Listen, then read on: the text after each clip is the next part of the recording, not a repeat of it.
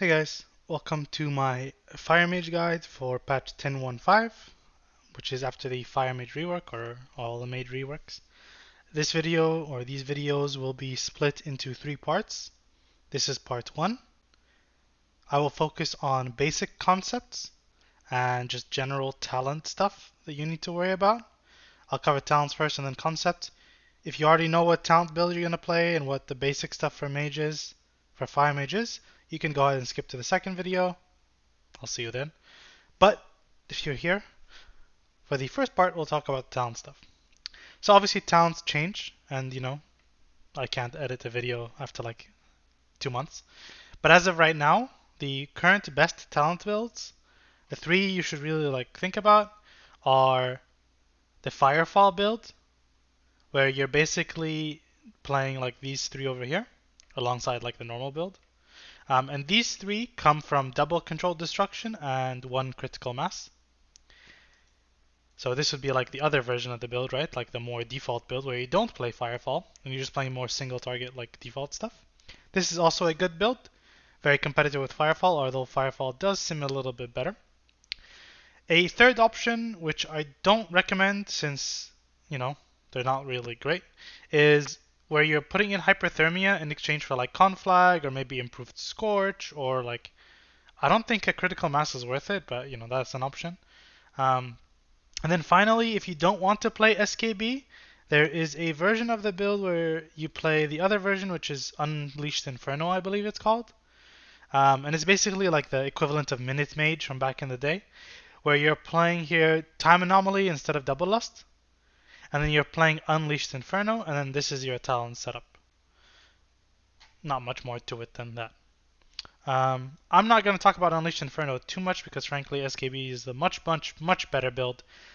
Unleashed Inferno is kind of like the mode if you don't like SKB and you're willing to lose like 5 to 10% damage, you're okay to play Unleashed Inferno. But if you want that 5 to 10%, you play the SKB build.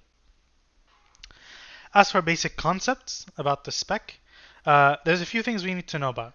So first of all, take note of Firestarter. Firestarter makes Fireball and Pyroblast a guaranteed crit when an enemy is above 90%. And its counterpart, which is Searing Touch, where Scorch is a guaranteed crit above 30% or below 30%, sorry, and also does a lot more damage below 30%.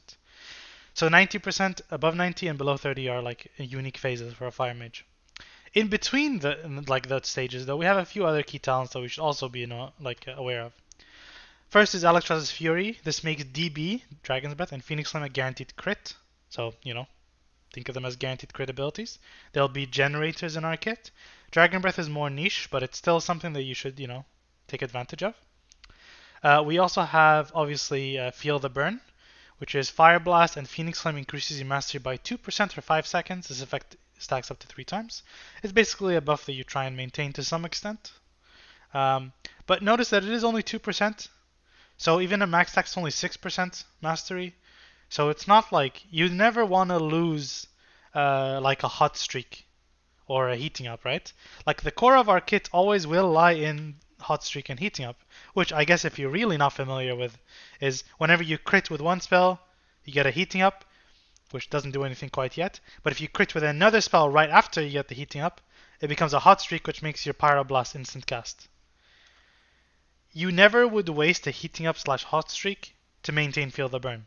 So what does that mean? For example, let's say you are casting like Fireball and you have a hot streak already, and so you do Fireball Pyroblast back to back.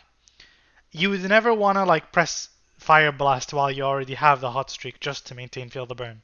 Or you wouldn't want to fire off the Pyro and then cast a Fire Blast to maintain Feel the Burn before the Fireball and Pyro land. Because well, what if one of them crits and one of them doesn't?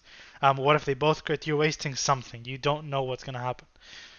So you just never like maintain Feel the Burn that way. Feel the Burn is a very minimal debuff in that regard. Some other important talents is Fire Rush, Phoenix Flame, and Fire Blast have basically a shorter cooldown and Combust. And the key talent that we all are waiting for is Sun King's Blessing. Basically, after consuming 8 hot streaks, your next Pyro Blast or Flame Strike, long cast, not instant, right? Like the regular cast without the hot streak, will give you combustion for 6 seconds. And the Pyro will do like a lot more damage, 300%, which makes the Pyro very strong.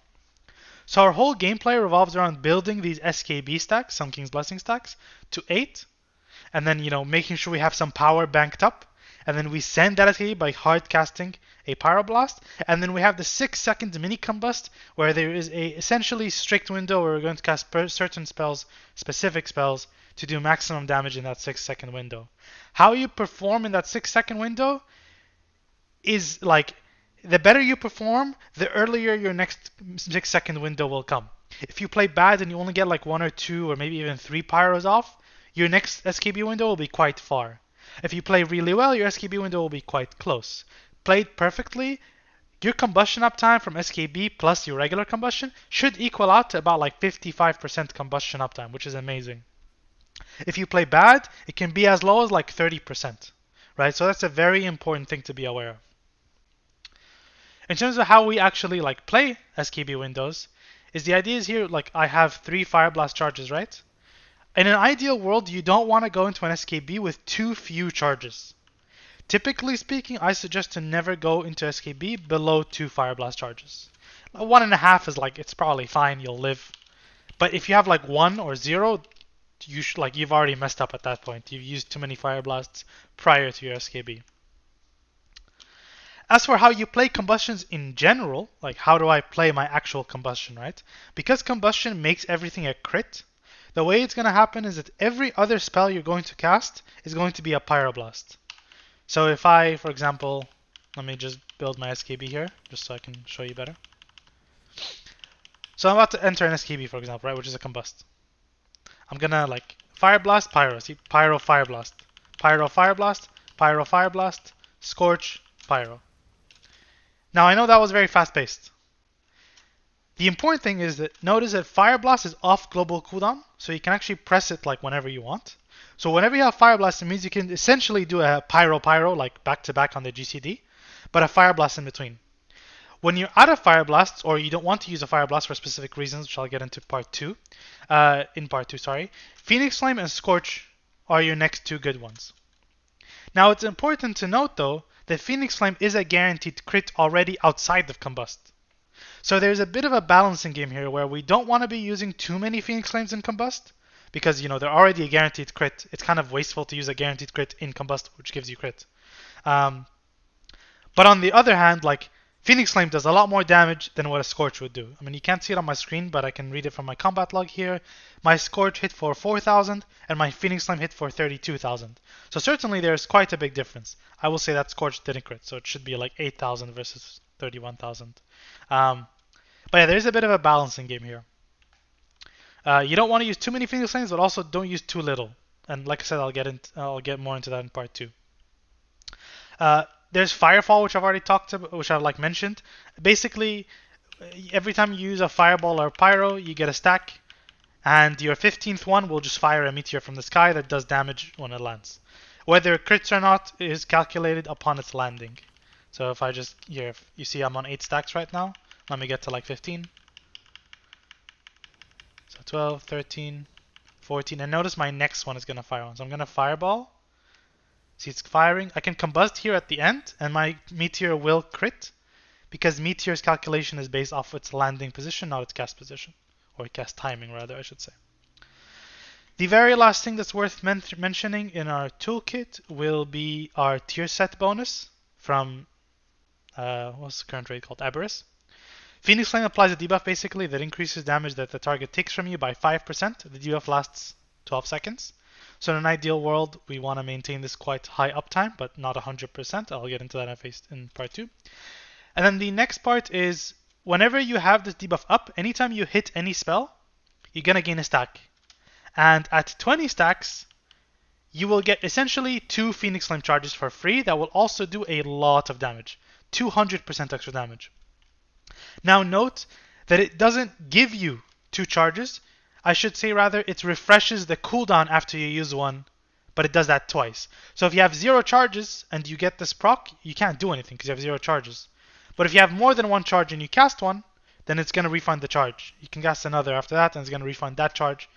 So it's kind of like, refunding 2 charges as opposed to giving you 2 charges. It's important to know because oftentimes we don't want to go to 0 stacks or 0 charges of our Phoenix Flame.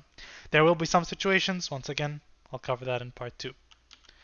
What else is there? I guess in the main talent tree we have Double Lust and Shifting Power. Shifting Power just regenerates your cooldowns as you're channeling it. It happens in ticks, 4 ticks. All your cooldowns, every single ability on your bar. And then lastly, Double Lust. So a lot of people have misunderstandings about the spell. So the way it does is, or what it does is, while you have Temporal Displacement or other similar effects, Temporal Displacement is the debuff from having Lust. So if you have like Sated, I think it's called for the heroism or Bloodlust, and Temporal Displacement for Time Warp, you can use Time Warp again to give yourself another 30% haste. You might think that means that you lust back to back, so you do one lust and then you wait 40 seconds and then you do another one. What you actually want to do most of the time as Fire Mage, or almost all the time, is you actually want to press double lust, like you want to lust on top of each other. And this is helped by the fact that when you press Time Warp while you don't have the debuff, you get the effect, but you actually don't, your Time Warp ability doesn't go on cooldown. So you can see over here, my Time Warp ability. So I'm going to lust in a sec. See, it doesn't go on cooldown, even though I got Time Warp. So I can press it again, right? That's double lust. So you can see now I have 135% haste, for example. It's very powerful because it just lets you do an insane burst once every like 10 minutes. After like 5 minutes, technically a little less than 5 minutes, your lust icon will be ready again, right? Because, it has a 5-minute cooldown on the actual button, but 10 minutes on the debuff. You'll actually be able to lust again, but only one time, obviously, right? Because you already have the debuff, so you'll just get a single extra lust. What this means is, when a regular class gets a lust at 0 minutes and at 10 minutes, mages get 2 lusts at 0 minutes, 1 lust at 5 minutes, roughly, and 2 lusts again at 10 minutes, roughly. Obviously, there's some choice here. Like Frost mages don't stack double lust, sometimes you don't. Sometimes you want to spread them out, time them a bit differently. But you get the gist. That's the capability of this talent. Everything else is kind of like core kit. If you need help with understanding what these abilities are, there's no better way than to like check out Wowhead or just like read the abilities, frankly, on a lot of these. They're pretty basic. Yeah, that's pretty much it for this part. I'll see you in the next one.